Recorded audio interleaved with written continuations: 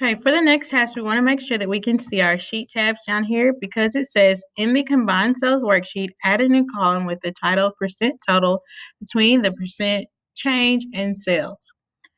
So we're going to make sure that we're on the correct sheet tab, which is combined sales.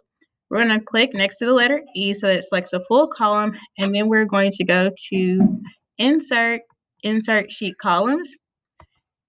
And then for the title, we're going to type percent space total and then push the enter key. Okay, so that added our new sheet added our new sheet column, and we added the title as well. The next question says, use autofill to add 12 months to row 2, and then use autofill to fill in the gym membership price of $10 through the month of December.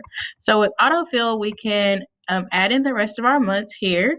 And so we're going to click inside of cell D2, find the autofill handle, that green square, click on it, wait for that black cross, and we're going to count 12 across. So 1, 2, 3, 4, 5, 6, 7, 8, 9, 10, 11, 12. So that should have filled out for a whole year to March.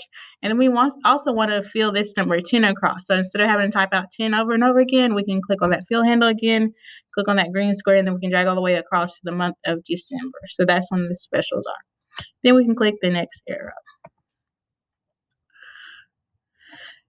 The next task says insert a cell above A7 and then delete cell B2, shifting the remaining cells upward. So we're going to click in cell A7, go to insert, we're going to insert cells, and we want to click OK to shift cells down, and then we're going to go in cell B2.